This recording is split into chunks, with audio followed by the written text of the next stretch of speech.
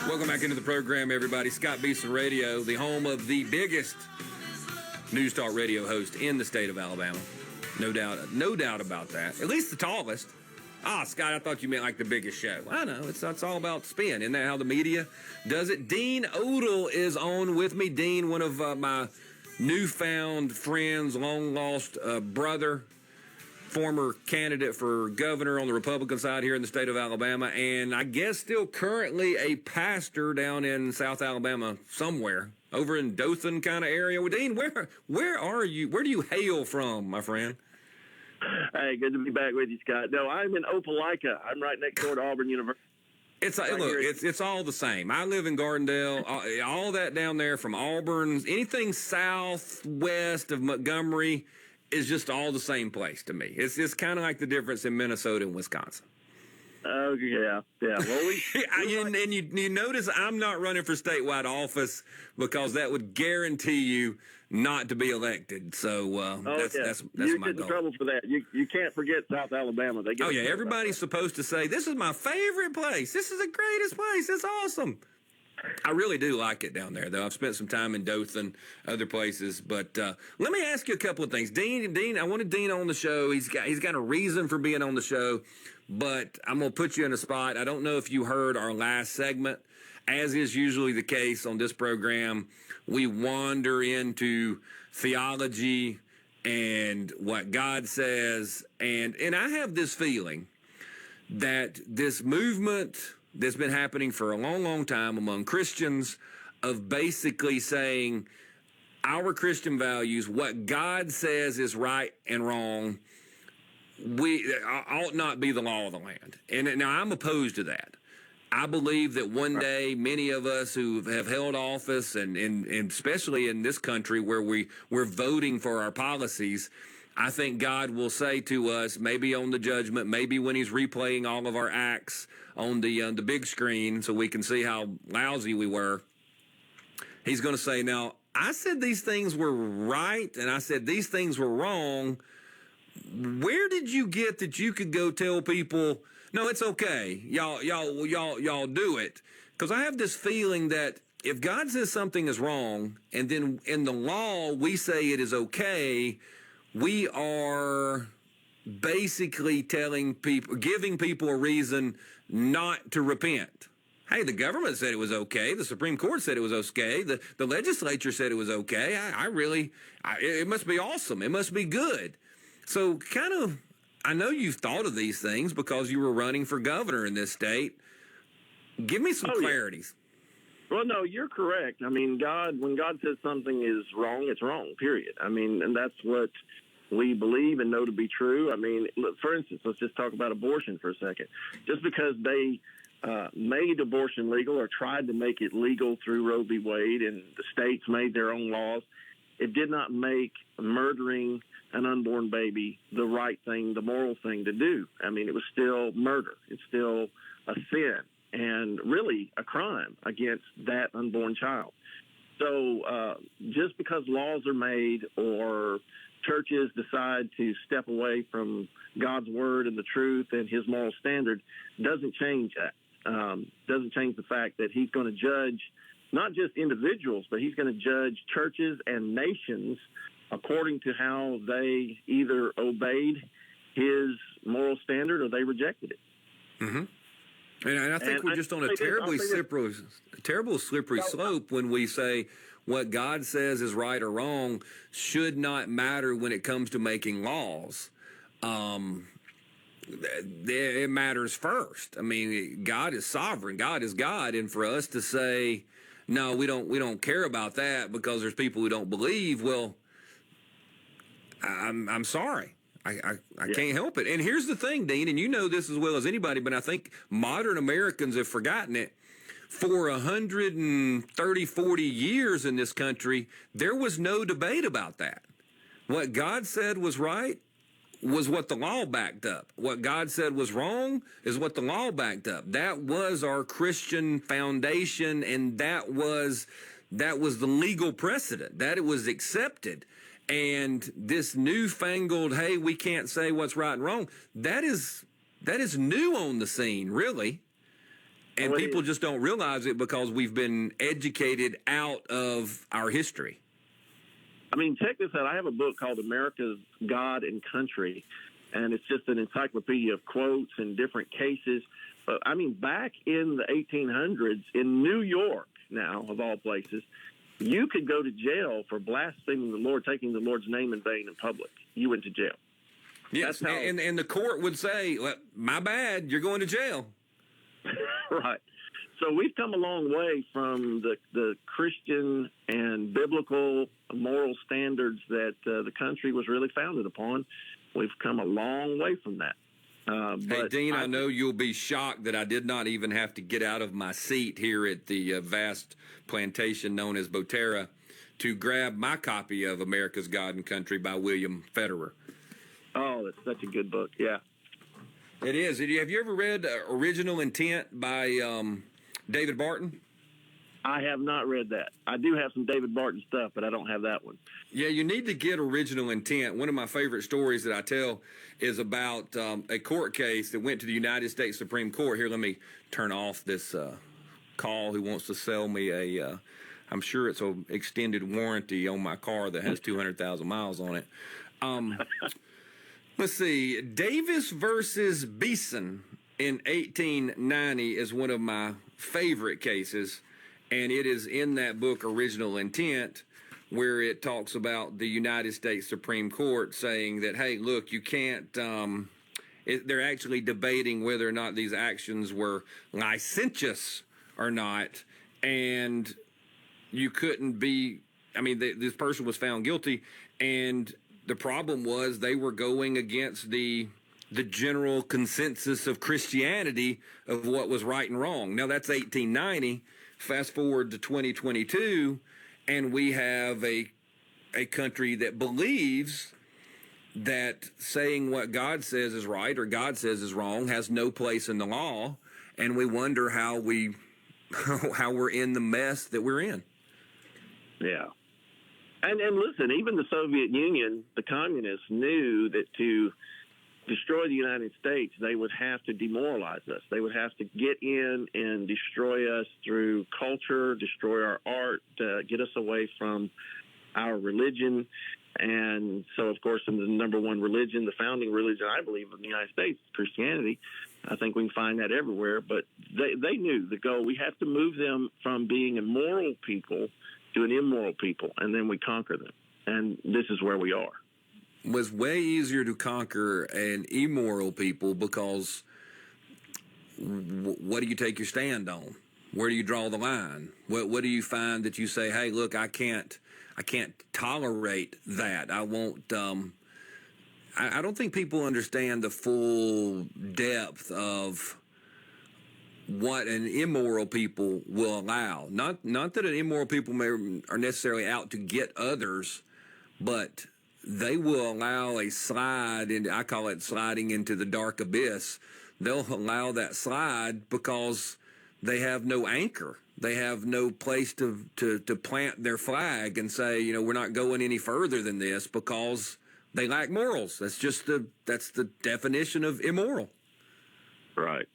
Well, you think about it, we're a breath away from legalizing pedophilia in different forms, and the sexualizing of children and all the stuff that's being allowed to be done to children in that area, even the transgender, all that, the hormone treatments, the sex change operations for children, all of this stuff would have been, our founding fathers would have never even dreamed that the United States of America would get to this point. But once you begin to compromise a little, it doesn't take long to slide fully down into the sewer. And this is where we are. I mean, there are literally legislation being pushed all over the world to lower the age of consent. I mean, basically to legalize pedophilia. I mean, all over the world. Mm-hmm. And there's people pushing that here in the United States. And to me, that should be a red line or a line in the sand for us, because we can't allow that here. And but again, think about it. That's where 20, 30 years ago that would have been unthinkable, and now here we are. Yeah, well, and some of them defend it based on, well, hey, look, in the old days, you could get married when you were 14 or 15.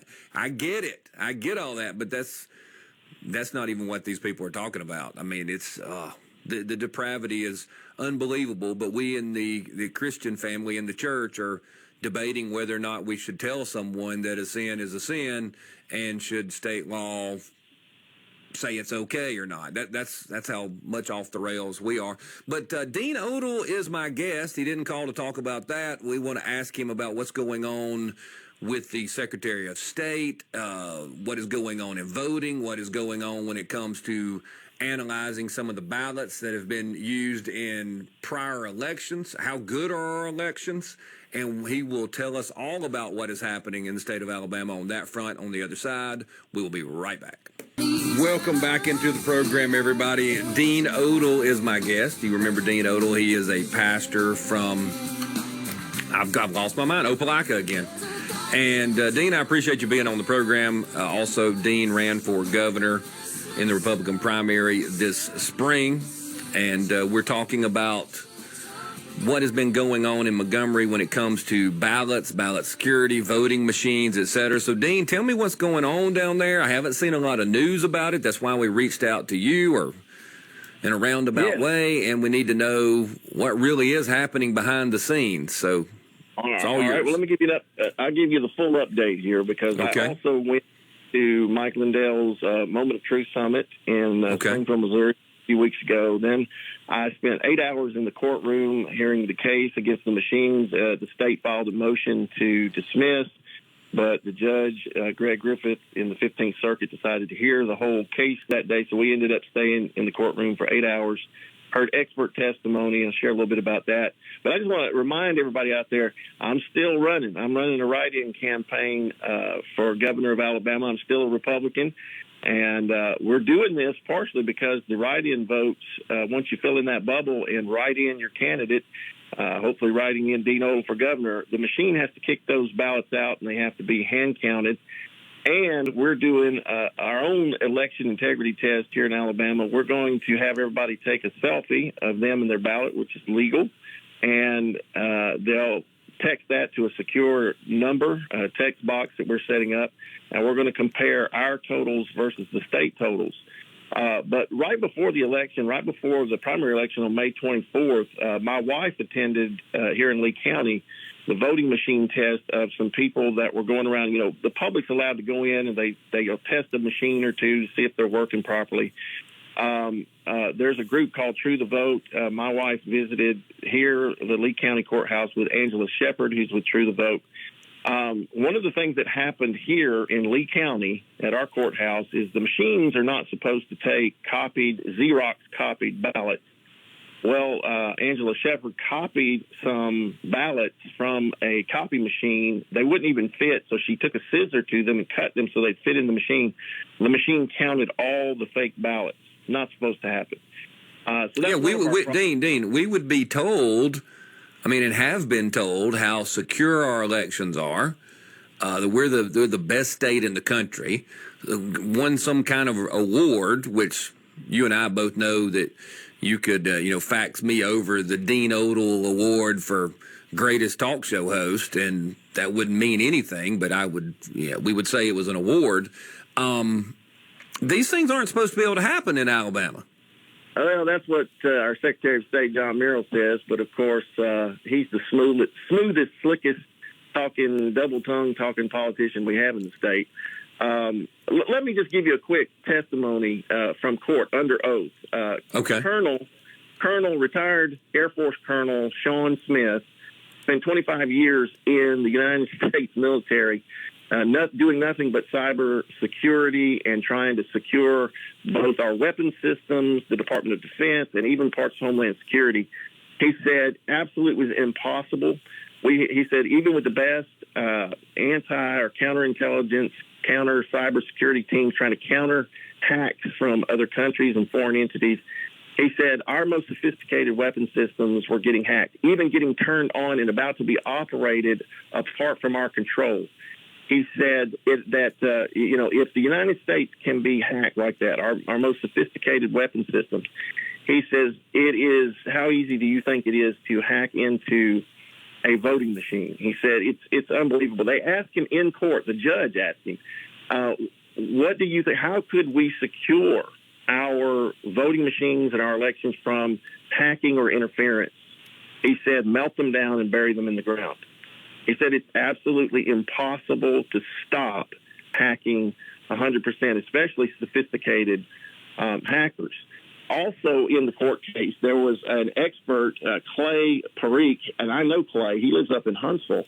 He was with the United States Army, but he is a licensed, registered, ethical hacker. He's probably one of the most, him and Colonel Smith, Sean Smith, are probably two of the most experienced experts in the world at information security, cyber technology. He actually works for the companies that certify the voting machines that test them, and he said that he can hack into the ES and S voting machines here in Alabama anywhere from 2 to 10 minutes it takes him to hack into them. Colonel Sean Smith said that it's not just about having internet connectivity or wireless or Bluetooth. He said the component, if one component in there, he said it can be smaller than the human eye can detect. If one chip's in there from an entity, like when it was being manufactured, he said that can be activated by a frequency, by a phone, by anything from a distance. He said also you take the flash drives that they use, and the flash drives can have programs on them that once plugged into the machine, let's say the flash drives they say they're going to put into the machine to get the vote tallies off. That can have a program on them to change the vote count and then erase the fact that they changed it. He said there's so many vulnerabilities and so many different ways that you can cheat and manipulate these things. But again, our Secretary of State, even our candidate for Secretary of State, Wes Allen, say, we don't have modems in our DS&S, 200 machines, the ES&S 200 machines, or D200, but we don't know unless you open the hood and look. And guess what? We don't get to open the hood and look. And for that matter, we know from Dennis Montgomery and Dr. Naveed Keshavarz, Naya, these are two contractors for the private contractors for the NSA, the CIA, and the FBI. They worked for years developing software to hack into computers. They thought they were doing it to hack foreign elections for the CIA. Their technology was used. They found out that their technology was being used to tamper with United States elections, and they filed under the Whistleblower Act and have come out under sworn testimony, sworn oath in declarations to the court. I mean, there's so many experts now that have come out from the United States government as whistleblowers to tell you, and they testified, both Dr. Naveed, MIT graduate. CNN calls Dr. Naveed the smartest man in the room. And let me tell you right now, these guys said that they can, with the hammer and scorecard technology that they developed. Hold that thought, Dean. Hold that thought. We're going to have the rest of it on the other side. Remember where you are. You mentioned hammer and scorecard. We'll be back for the rest of it. We are back, everybody. Dean Odle is with me. Dean, I appreciate you taking time because this is one of those things that should be a huge story in the state of Alabama. And I just don't think that it is. So let me get up to speed with what you're telling me. There was a court case, I guess, in Montgomery. The state said, hey, nothing to see here. Machines are wonderful. Machines count ballots accurately. We just want this to go away. The judge said, no, let's hear what y'all got. What's going on here? So y'all spent, well, I say y'all. The two sides spent 8 hours in the courtroom in Montgomery presenting facts, testimonies of people. And you were telling me that these experts, I guess they testified in Montgomery, these former federal voting machine experts, people who were hired to create software packages to hack foreign elections so the United States could pick the people they wanted in foreign countries. Not that we would ever do that. That sounds worse than Russian, Facebook ads to me, but still. And so they're testifying in Alabama in a courtroom saying this absolutely is how it is done. And these machines are at risk. There's no way to not have them at risk. Why is this not national news, or at least why do we not know it everywhere here in Alabama? Well, here's what was shocking is when I was in the courtroom, the only reporter I saw in the courtroom in the beginning was Mike Kaysen from AL.com. And then he only stayed for the first part before lunch, and we didn't even get to witnesses until after lunch. So if he went back and reported anything at AL.com, he didn't report what was the most important part. But there was no ABC, NBC, CBS. There were no reporters in the room. For to me, one of the most important issues when it comes to our elections, whether you're Republican or Democrat or independent or libertarian, should be that our votes are secure and our machines are secure and the count is true and it can't be manipulated and changed, that we have the most secure voting, system there is. But we don't. And it's a cover-up by the media, and it's a cover-up by politicians, I believe, who may be getting kickbacks under the table from some of these companies like Dominion and ES&S, or that's the way they got voted in and they know it and they don't want us to find out. That's one of my concerns, Dean, is that when I first started hearing about these things, and we were really talking about it a lot after the 2020 election, which I still believe was stolen by Joe Biden's people. And yes, he was constitutionally made president by a bunch of congressmen and senators who were, didn't want Donald Trump to be there as a threat to the establishment swamp. And I started considering, because I can remember times, even in my district up here, which is one of the reddest of the reds, okay, that I thought, man, look at that precinct, or look in those boxes, or look in this district. Where did these extra, and at that time I was saying, where do these extra Democrat votes come from? And when I started running the numbers, and I'm fairly good at numbers, I'm not, brilliant statistician, I don't know quantum whatever, but when you start running numbers and you say, okay, if someone got a machine to just take 20 or 5 or 10 votes away from me in my Senate race, in every box, every machine took 5, 10, 50 votes away from me and gave them to someone else, or just were randomly created to change a governor's race or a United States senator's race, I would never look. Right. And no one would ever really, a red flag wouldn't be raised because, well, Scott was supposed to win and a Republican is supposed to do well. But if you do just a handful of votes in every machine, when you start adding up the totals across the state of Alabama, you end up with thousands and thousands of votes. And what stirred me that day was when I just added up, I think it was 5. I think I did 5 per machine, estimating how many machines were across the state. I ended up with some number like 24, 25,000 votes, which right off the bat said, wait a minute. Isn't that how many votes Doug Jones ended up winning the United States Senate election in the state of Alabama for? Yes. And when I thought, man, and look, I'm not making the accusation.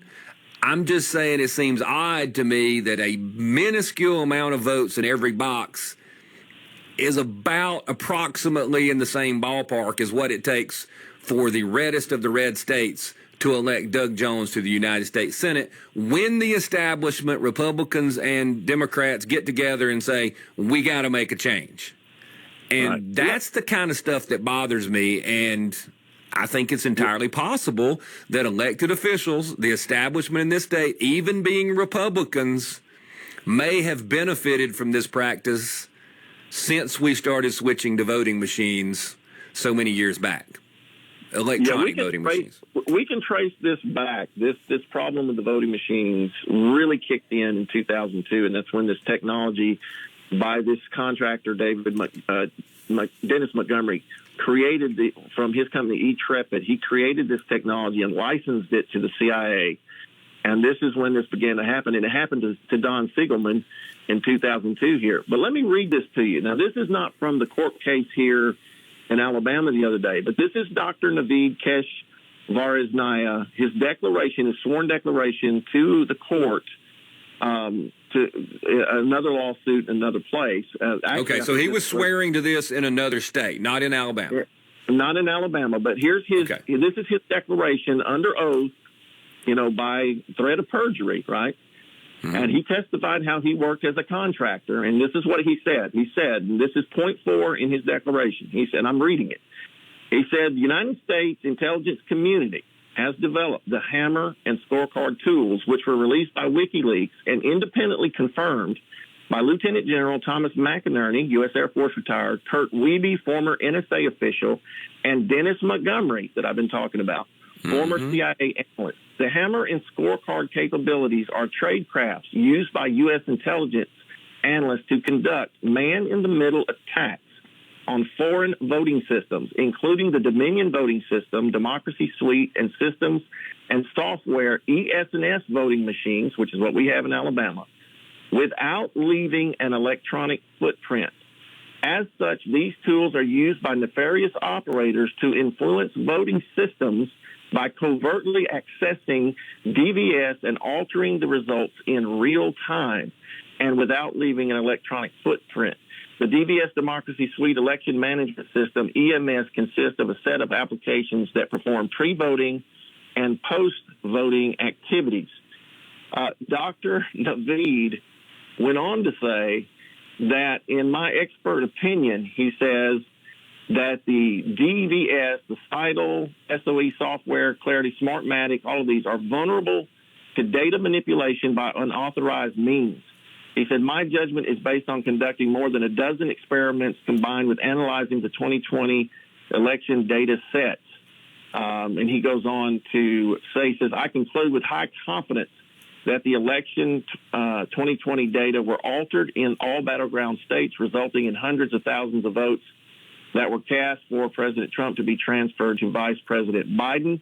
These alterations were the result of systemic and widespread exploitable vulnerabilities in DVS, CITL, SOE software, Smartmatic systems, of course, all ES&S, Dominion, that enabled operators to achieve the desired results. In my view, the evidence is overwhelming and incontrovertible.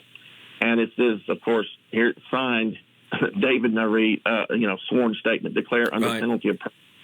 So he's one of the experts, Dennis Montgomery. They have terabytes. Listen, these two guys, these two whistleblowers who worked for the NSA, the CIA, and the FBI, who developed this technology, have filed into the Whistleblower Act, but the government, the United States government, got a judge to put a gag order, basically, on this information that they have so the truth won't get out to the American people.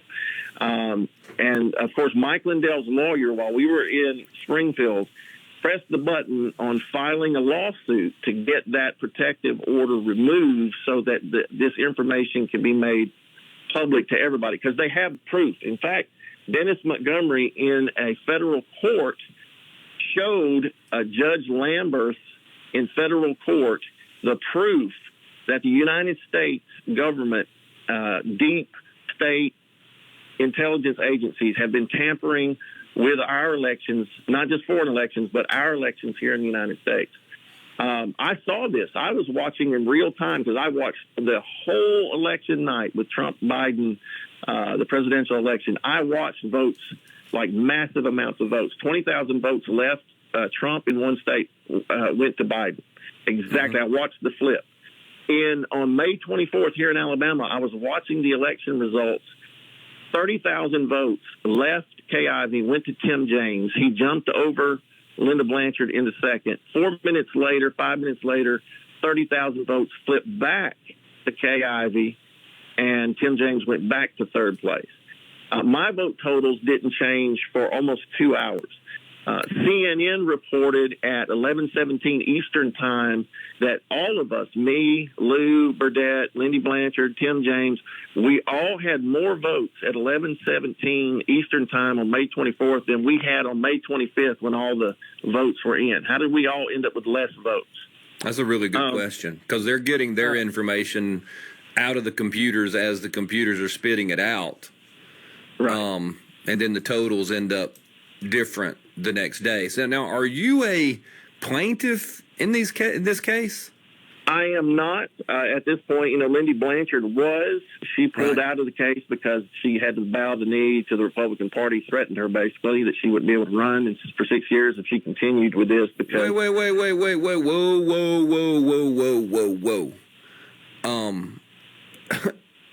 Now, wait a minute. The Republican Party said they would not allow her to run. I mean, the Republican legislators and governors do things that are against the party platform all the time, and they'll let those cats who can be the biggest rhinos, biggest leftist, tax and spenders, they let them run. So I need to try to get her on the phone to tell her story, or...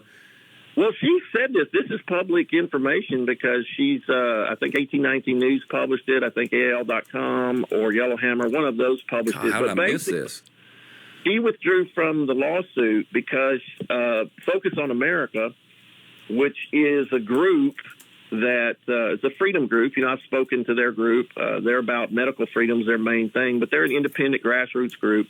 But they signed on to the lawsuit. Well, they're now supporting, you know, write-in candidates, saying that they're fine with write-in candidates, which, of course, state law, election law, allows write-in candidates. If you lost in a primary, you can continue on as a write-in candidate as long as you don't change parties.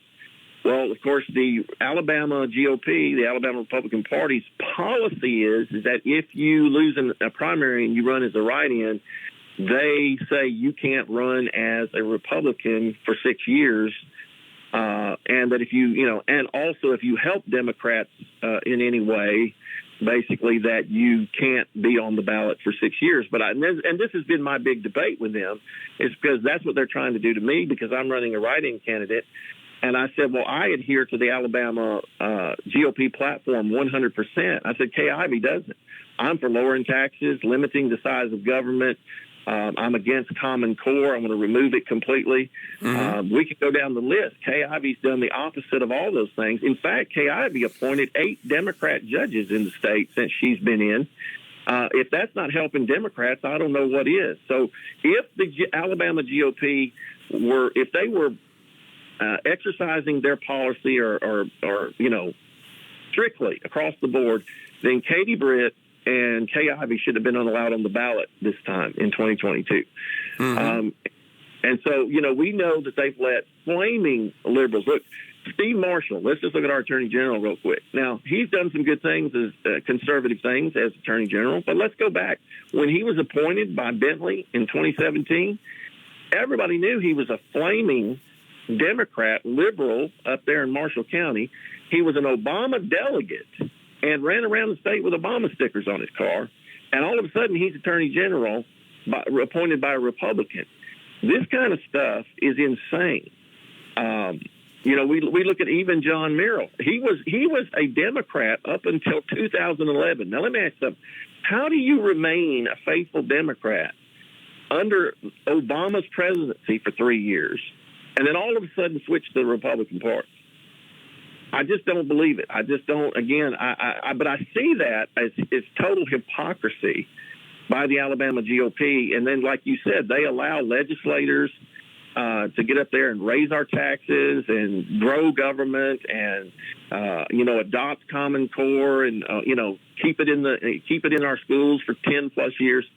They allow this stuff to go on and say they say they hold their candidates to the same standard they hold their elected officials. It is laughable, the hypocrisy of the Alabama GOP. And they're trying to tell me I'm not a Republican. I said, no, I've been a Republican longer than Kay Ivey, longer than John Merrill, longer than Steve Marshall. I've never had a D beside my name. I've never been an Obama delegate. I've never voted for a Democrat. I've always voted Republican. Dean, we got to take a break. Dean Odle is my guest. Yeah. We're going to let you finish up on the other side. We'll be right back. Welcome back in. Dean Odle is my guest. I appreciate you spending some time, Dean. I think the people of Alabama need to hear these things. And you were talking earlier about, I guess there's some folks who are upset that you are running. Two things. One, you're running as a write-in candidate. And people were saying, well, you're not being a good Republican or whatever. And you're like, look, compare my beliefs to the Republican Party platform, and I'm good up and down the line. Now, let's talk about some of the official Republican nominees and elected office holders who don't believe the Republican Party platform. And it does seem kind of hypocritical for the party to be defending elected officials that don't do right and then threaten folks who are running for office who do believe in the party platform.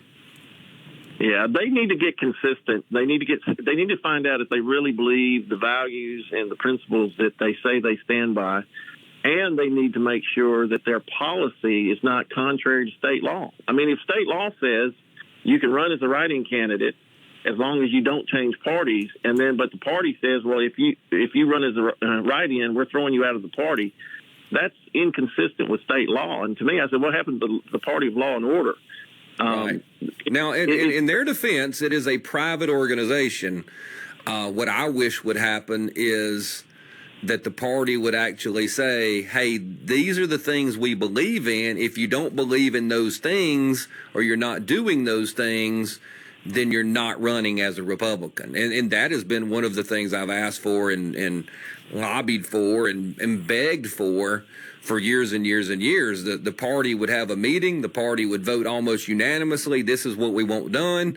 And the legislature or the legislative leadership would just thumb their nose at the party. And then I would ask, why are you letting these people run as Republicans? Right. Because they're afraid to tell them no. Yeah, I agree that I know they're a private entity, but again, right. Again, if you say you have certain values and they all claim to be Christian, you should be fair across the board. I wouldn't really be upset. I'm willing to take the consequences. If they won't let me on the ballot for 6 years. Now, there's a little caveat that you can get around it if your county party votes by a 3/4 vote to let you on the ballot, then you get on the ballot. So it's not like ironclad, but still, it's inconsistent. It's very inconsistent when they allow basically what we call the rhinos, or I call the fake Republicans, or the Democrats in Republican clothing, to just get away with whatever they want to do in the legislature or in the governor's office or in the Secretary of State's office. They can pretty much do whatever they want, and there's no repercussions from the party. To me, that just shows they're bowing to money and power instead of principle.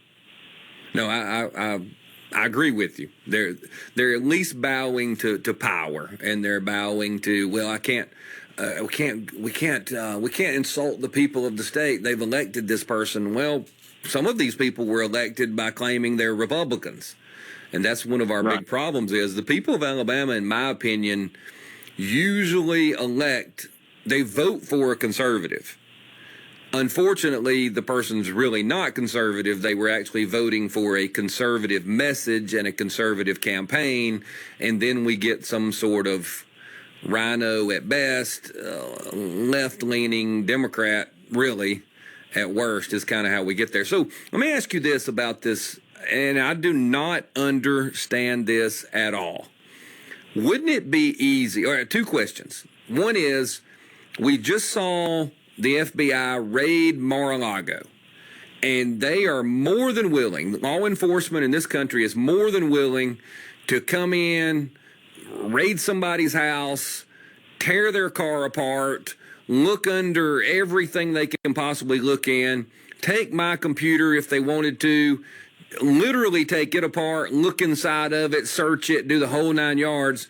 But when it comes to these voting machines, it looks like across the entire country, somehow these companies have been able to say, no. Our computers are sacrosanct. No one may look under the hood of these things. That just seems almost unbelievable to me, because they would do that to me or you. They would strip search grandma if they had to, to get to the quote unquote truth.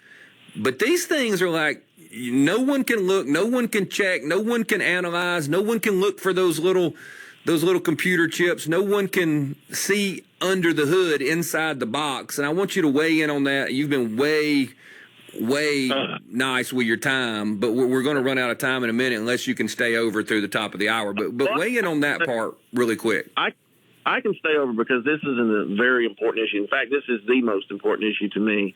But yes, the ES&S, the Dominion, these voting machine companies will claim that their technology is proprietary and nobody can look and see because they would know their secrets. Well, there's no big secrets on how a voting machine is simply a computer, and then they use laptops to help tabulate that from that. They use flash drives and all these things. It's nothing that special, right?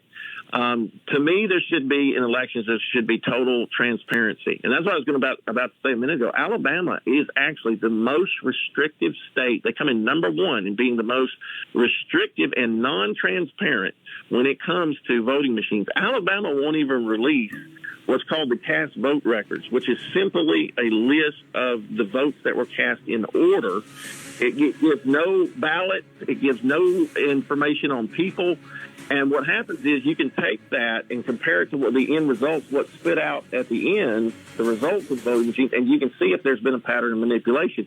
They've used this in other states like Arizona and Pima County, and they've had people figure out that there was some manipulation through that. Alabama won't even let us look at those when other states are allowing it. Is that illegal? Does the law keep us from looking at them? What the Secretary of State sent out an email to all the sheriffs and probate judges and clerks and everything across the state said it is our opinion. It is our opinion that these records would violate. All right, hold that thought, Dean. The computer's coming up. We'll be right back.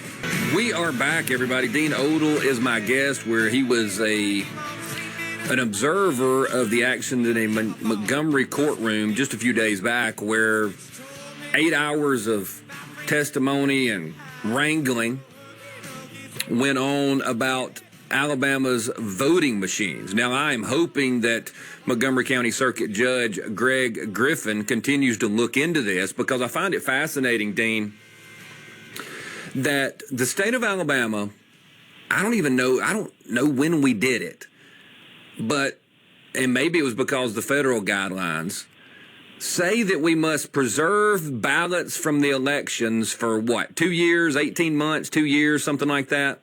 Yeah, it's close to that. And so we've got these boxes and boxes of ballots, which to me clearly says we're keeping this in case somebody has a question, and if somebody has a question, we'll go look at the ballots. That's not rocket science, Dean. And to me, I don't understand why the state of Alabama, at every level, it seems, says, no. The law doesn't allow. That's a bunch of bunk. To have a law that says we're going to keep something for proof so that we can check it intimates that it's there so you can check it. Am I wrong about that? How am I confused? That right there is just Alabama politicians trying to keep us from checking. I mean, if we check these ES&S machines here in Alabama, we're going to find out. If we just counted the ballots versus what the machines told us, we would find incredible discrepancies. For instance, there was one, of course, they use Dominion machines over in Georgia, but it's the same situation. Basically, it can be manipulated the same way. But there was a county commissioner case over there that basically had this lady who was running for county commission ended up last, right, out of 4 candidates. Well, it said what alerted her that there was a problem was it says that she had 0 votes in her precinct. Well, she knew she and her husband voted for her in her precinct. So when they went and checked the actual paper ballots versus what the machine said, they found over 3,000 votes that actually put her in first place in the election. This was just in the recent primary, all right? There's a book called Black Box Voting that you can get free at blackboxvoting.org, blackboxvoting.org. Free book. It was published years ago, back I think in the early 2000s, that gives all the example after example of machines, ES&S machines, used to be Diebold, Smartmatic, Dominion machines, that flipped entire races because the totals weren't the same. And so we should be checking, I think every single election, we should be checking at least, multiple counties to see if what the machine totals tell us and the paper ballot totals match, to see if what's going on. But it seems like nobody wants to do nothing to see here. Everything's fine. Things are going just the way we want it in Alabama, and that's why we've got a legislature full of rhinos, a rhino in the governor's office. And people wonder why we don't, we're a red state, but we look like we're purple and sometimes blue. Mm-hmm. And we act purple. I know. I agree. I've said many times, Dean, when we're talking about these, if I was selling potato chips and there's a machine putting 10 ounces of potato chips in the bags, well, we check to see if it's actually putting 10 ounces of potato chips in the bag. If you and I were selling matches and it's supposed to be putting 100 matches in a box, we're going to check to see if it's putting 100 matches in the box. We're going to get a box. We're going to pull it out of the assembly line, and we're going to count the matches. We're going to use a clicker and click, because you and I are going to talk, and we're going to screw it up. We're going to check it 2 or 3 times. Everybody in the world that has a counting machine counts it just to see. But in Alabama and across this country, voting machines are so perfect, they're so awesome, that we don't even check against them.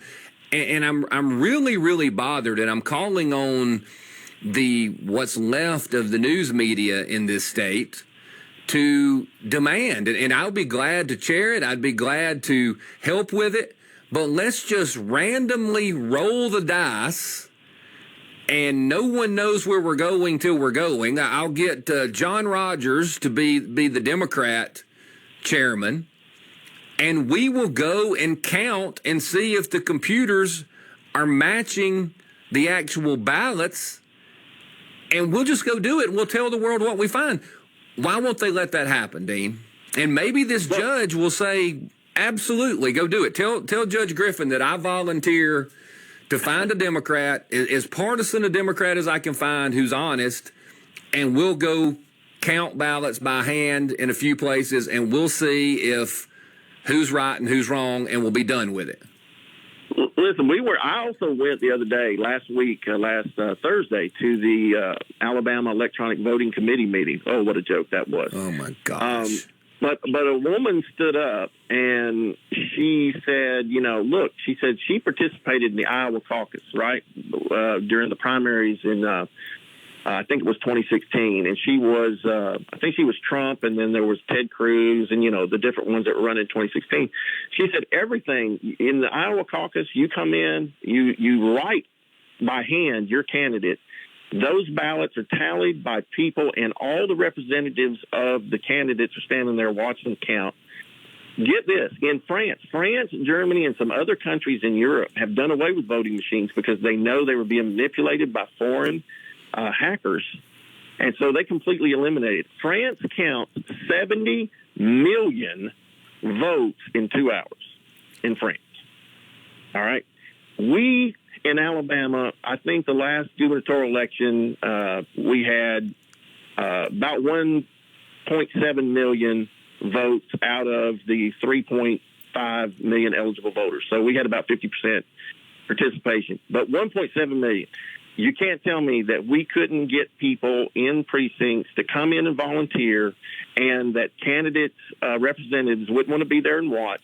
We could do this and absolutely secure and restore faith in our electoral process here, because I'm going to tell you, the leaders in our state are underestimating how many people are upset about this, how many people know that there are problems with these machines, and how many people say, you know what, I don't believe my vote's going to be counted, so I'm not even going to vote. I think that had a lot to do with the low turnout we had. We have got to restore faith in our process here, And just doubling down on the machines and the computers and not letting us see what's going on, not being transparent, is not the way to go.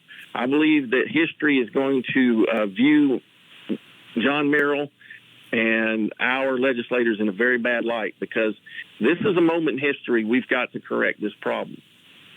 You know, my position is there's nothing in Alabama law that says that the governor can't send somebody, the Secretary of State can't send somebody, the county commission can't send somebody, and I'm very concerned about how this fakeness of some of this new legislation, which I don't think is necessarily the responsibility of the sponsors, but this idea that we'll decide ahead of time which counties we're going to evaluate. Heads up, y'all make sure you get it straight in these counties because we're going to come check afterwards. It just something smells about the whole setup, and the fact that we can't get any of the information and they won't just show us. And I've said before, Dean, I'm one of those kind of people that if you're accusing me of something or you're saying something, I'm one of those people that says, here, look, here, come and look. And right. Alabama clearly will not do that, and there has to be a reason. And it can't be, that they're overworked or there is a reason why this is so locked up tight. So here's my last question before I let you go. Montgomery County Circuit Judge Greg Griffin, who's probably already received multiple phone calls about this case. Right. What did he seem like? Because the establishment or the swamp, even if we appealed beyond, or y'all appealed beyond Judge Griffin, if you could, you might be reaching the next level of people who were elected by hook and crook, and they're not going to let anybody ever look at it either. So what's your feeling for Judge Griffin? Well, here was what was amazing, all right, which was the state sent in 3 attorneys. I was hoping Steve Marshall was going to be there because I was going to ask him some questions during breaks, but he sent 3, state attorneys. They had no case. If the judge rules by the expert testimony, which the state had none, we had all the experts on our side, the evidence, right, the exhibits, and if he rules by those things, and by the testimony coming in from other states and counties and court cases, if he rules by that, it's a slam dunk to put a stop on the machines and start hand count. I mean, it's a slam dunk. But it was amazing. What was amazing was how favorable he was. First, he decided, they were trying to get it dismissed, and then he said no. He called them back and said, no. He decided we're going to hear the case. And so that. So at least he's curious. Right, and the state at times would try to say, well, we can't accept Clay Parrick as an expert or Colonel Sean Smith as an expert. And then, of course, our lawyers stand up and said, there's no one in the country, you can't find any people that have more qualifications and expertise in cybersecurity and hacking than these 2 men. You're not going to find anybody, right? And the judge would say, I'll accept him as expert. I'll accept him. Right, the professor from Texas A&M who graduated from Harvard, it was funny. They tried to protest him as an expert witness. And the judge said, Professor, where did you graduate from? Where did you get your PhD from? He said, Harvard. And he just laughed. He goes, yeah, I'll accept him as an expert witness. I mean, the judge even huffed and rolled his eyes a few times when the state attorneys objected and interrupted. He was like, and one time they objected over a letter that was from the Secretary of State's office, and he goes, it's just a letter.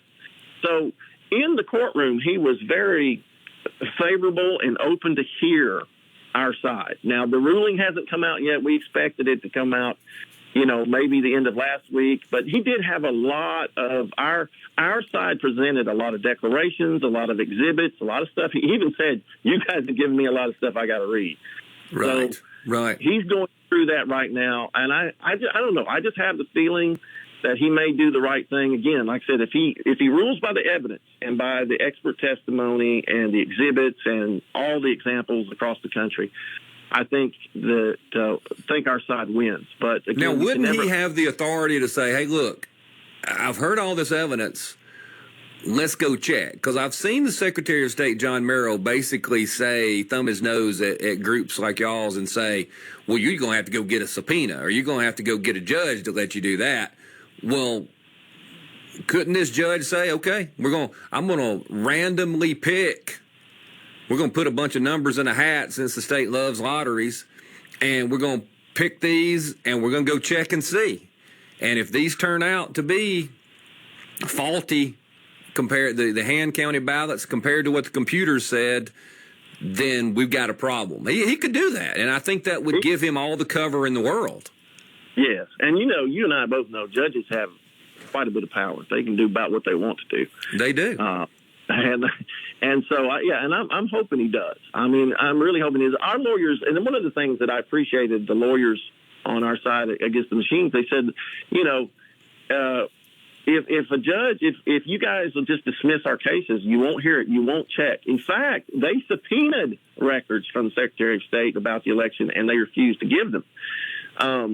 So if he said, Judge, if you don't intervene in this matter, we have no recourse.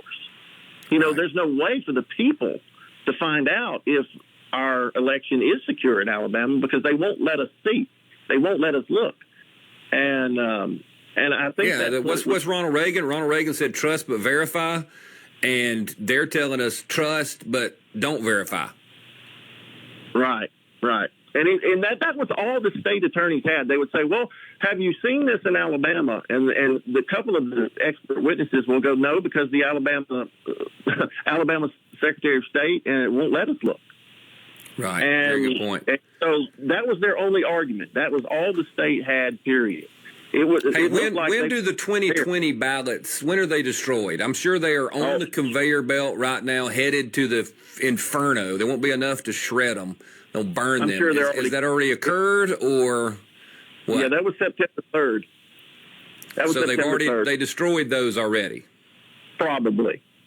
Yeah, I would imagine they did not let those sit around. Right. So, here we got 2020 that we can't look at, but I think we can still find plenty in 2022, even in the primary elections here. Listen, a number that kept coming up in multiple elections across the state was 55, 45, and 63. What was it, 61, 61, 63, yeah. Yeah, these numbers kept coming up. Possible. And so I think if you check some of these things, I think it'd be easy to find out. Really, they're doing it in other states. Michigan, they're doing it. In Pennsylvania, in Wisconsin, in Arizona, they've been doing this. We need to be doing it here. Some people say, well, they just think because it's a red state, we're fine. But no, it's going on here too, and it's been going on here a long time. I mean, there's no need to manipulate fall elections in Alabama. The establishment has to manipulate primaries in Alabama because that's when the elections occur. Right. Fair enough. Right. Dean Odle has been my guest. Dean, I appreciate it, buddy. Friend of the program. We'll get him back on because, he's out there talking about things that we should be talking about, and maybe we need to engage a little bit more on it. Appreciate you, Dean. Have a good one. Thank you, Scott. God bless. God bless. Thanks for all your time.